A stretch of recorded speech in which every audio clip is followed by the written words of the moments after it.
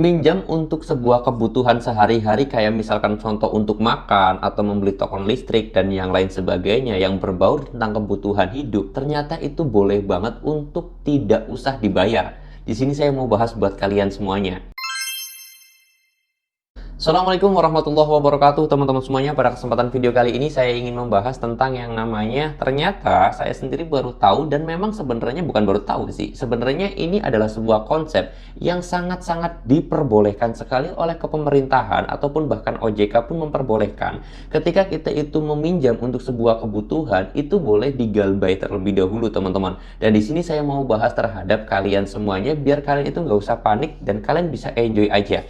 Karena di sini hal yang menurut saya menarik adalah karena kebanyakan masyarakat Indonesia ini mungkin ada yang kelas ekonomi ke bawah yang mana ini menjadi sebuah kebutuhan ketika melakukan pinjaman. Hal itu mungkin terjadi kepada kalian. Nah, di sini saya mau bahas tentang hal itu. Nah, ternyata OJK sebenarnya mengatur terhadap yang namanya pinjaman untuk sebuah kebutuhan sehari-hari dan yang lain sebagainya itu secara langsung terindikasi bahwa OJK memperbolehkan untuk melakukan digalbay atau pemerintah pun boleh untuk melakukan galbay tersebut karena itu memang dianjurkan juga dengan adanya surat edaran dari OJK nomor 19 tahun 2023-an, teman-teman ya. Nah, di sini saya mau bahas tentang hal itu, teman-teman. Oke.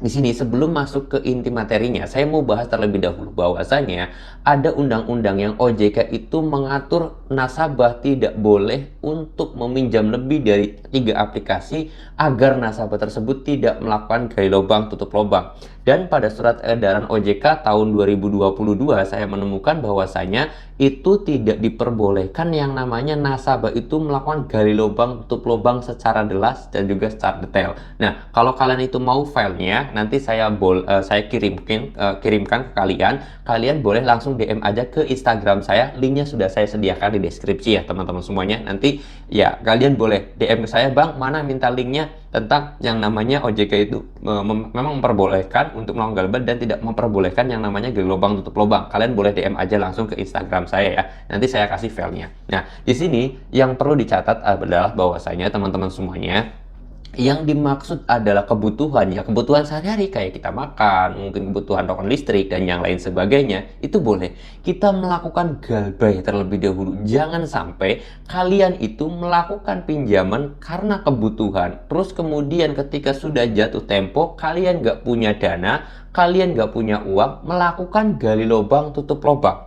OJK pemerintahan itu sepakat untuk menyetujui bahwasanya kalian itu lebih baik galbay, jangan sampai kalian itu gali lubang tutup lubang. Nah, kenapa OJK itu seperti itu? Ya, karena ketika kalian itu gali lubang tutup lubang, kalian akan mendapatkan dampak yang lebih besar atau masalah yang lebih besar. Bunganya semakin tinggi, dendanya semakin banyak, dan lain sebagainya, itu resikonya semakin tinggi. Makanya OJK dan juga pemerintah itu membuat peraturan seperti itu, dilarang nasabah minjam lebih dari 3 aplikasi agar nasabah tersebut tidak melakukan gali lubang tutup lubang. Jadi kalau misalkan kalian itu gali lubang tutup lubang, kalian sendiri yang salah, kalian sendiri yang telah melanggar aturan dari pemerintah, teman-teman semuanya ya. Jadi ingat ya, kalian sendiri, kalau kalian melakukan gali lubang tutup lubang, itu sebenarnya kalian sendirilah yang melanggar aturan dari pemerintahan. Oke, perlu dicatat itu. Dan kemudian ketika kalian itu galbay di satu aplikasi, kan kena denda, Bang. Kan kena pajak, bunga, dan yang lain sebagainya. Maaf, pajak enggak ya? Kena denda, kena bunga yang banyak, dan yang lain sebagainya. Pemerintah juga sudah mengatur bahwa kalau kalian itu cuma galbay di satu aplikasi, ada batas maksimal denda ataupun bunga yang kalian bisa terima. Contoh, kalian itu punya pinjaman 10 juta. Kalian sudah cicil pokoknya sampai 5 juta. Nah, ketika itu kalian kena bunga maksimalnya, kalian galbay sampai setahun, 2 tahun, 3 tahun, 5 tahun pun bunganya maksimal hanya 10 juta aja. Utang 5 juta, kalian kena maksimal bunganya itu cuma 10 juta. Itu kalian bayar 5 tahun ke depan pun tetap bunganya segitu. OJK telah mengatur akan hal itu. Jadi kalian itu nggak usah takut kalau misalkan kalian itu merasa dipinjol itu karena kebutuhan. Dan ketika sudah jatuh tempo, kalian itu sudah nggak punya uang, nggak punya dana untuk membayar pinjol tersebut, hanya ada untuk makan kalian sendiri, prioritaskan makan kalian, prioritaskan kebutuhan kalian terlebih dahulu. Jangan sampai kalian itu punya untuk bayar pinjol, kalian nggak makan, anak kalian nggak makan, anak kalian itu nggak minum susu, dan lain sebagainya, teman-teman ya. Karena kalian nggak usah takut tentang denda, terus kemudian tentang slik, dan yang lain sebagainya, karena itu semuanya bisa diatasi ya, teman-teman semuanya itu. Nah, jangan sampai kalian itu takut akhirnya melakukan gali lubang tutup lubang seperti itu. Nah, terus kemudian ada hal unik lagi atau hal yang sering banget terjadi di kalangan masyarakat adalah bahwasanya takut terhadap yang namanya DC, takut terhadap yang namanya DC itu bakal ke rumah kita. Sebenarnya ketika DC itu neror, nelpon, dan yang lain sebagainya, kalian hiraukan saja.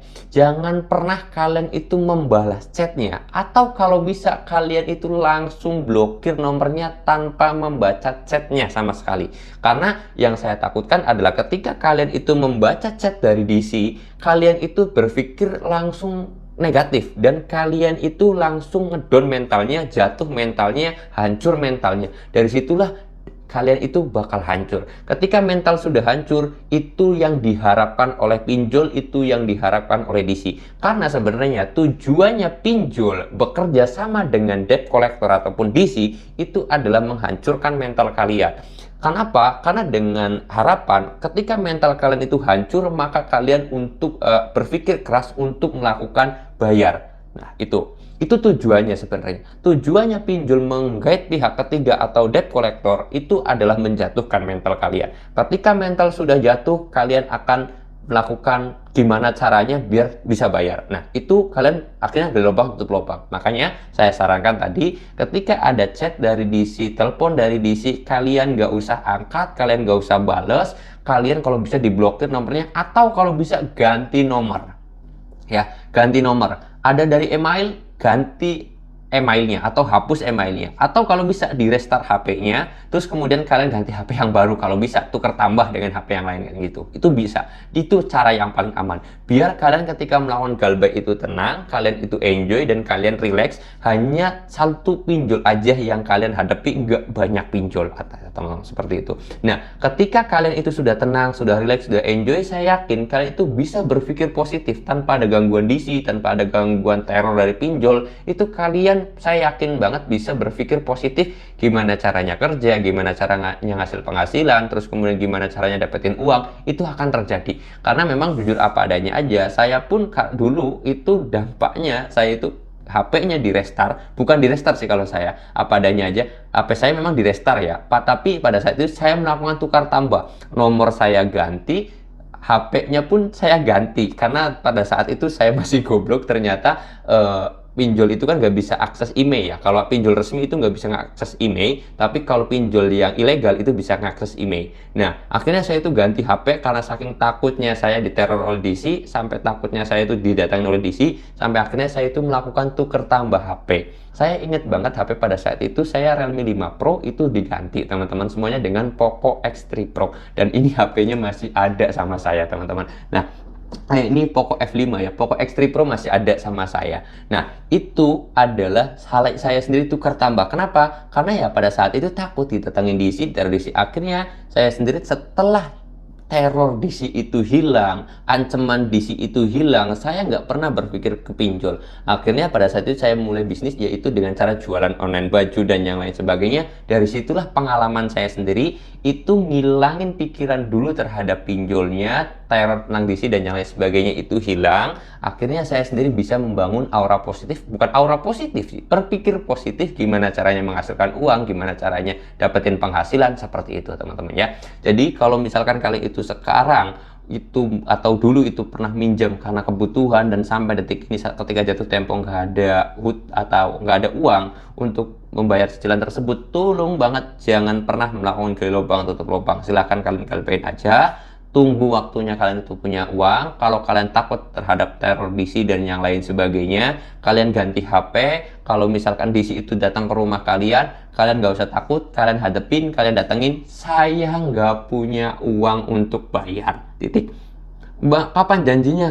Ya saya nggak bisa janji, karena saya sendiri sampai detik ini belum bisa punya uang. Kalau saya punya uang, pasti saya bayar. Udah, bilang seperti itu aja. Karena saya yakin banget, biar bagaimanapun DC itu manusia datang ke rumah kita karena kita seorang pribumi, karena kita orang sininya langsung, mereka sebenarnya nggak berani macam-macam juga, karena namanya manusia. DC juga punya rasa takut, punya rasa gemeter juga datang ke rumah orang, terus kemudian dia ngamuk di daerah orang, dia marah-marah. Bisa jadi kita sebagai pribumi, kita bubukin. DC juga sama, perasaannya yaitu kayak kita manusia biasa, pasti ada rasa takutnya. Ketika kita langsung keras di DC itu, atau DC datang ke rumah, gedor-gedor pintu, terus kemudian ngamuk-ngamuk, saya yakin DC juga punya rasa takut, karena DC itu juga manusia. Dia mana mungkin berani ngamuk di daerah kita sendiri, di kandang kita sendiri. Kalau di kandang kita sendiri ya kita hajar aja, kan gitu gampangnya. Teorinya sebenarnya simpel aja, bukan teori sih sebenarnya, tetapi faktanya kan seperti itu. DC itu hanyalah seorang manusia biasa,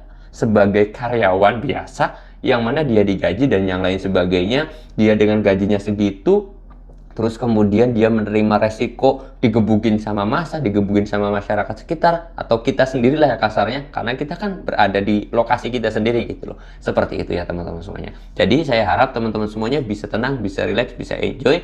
Jangan takut untuk melakukan galbay kalau misalkan kalian itu tidak punya uang sama sekali atau tidak bisa membayar cicilan teman-teman. Oke, mudah-mudahan video ini bisa bermanfaat, dan mudah-mudahan ini bisa membantu pikiran teman-teman semuanya, membantu kekuatan mental teman-teman semuanya. Kalau kalian suka dengan video ini silahkan di like, kalau nggak suka di dislike aja nggak apa-apa. Dan kalau kalian tuh ngerasa video ini bisa bermanfaat untuk orang lain, silahkan di share ya teman-teman semuanya. Saya mau tutup dulu video ini dengan kata Assalamualaikum warahmatullahi wabarakatuh.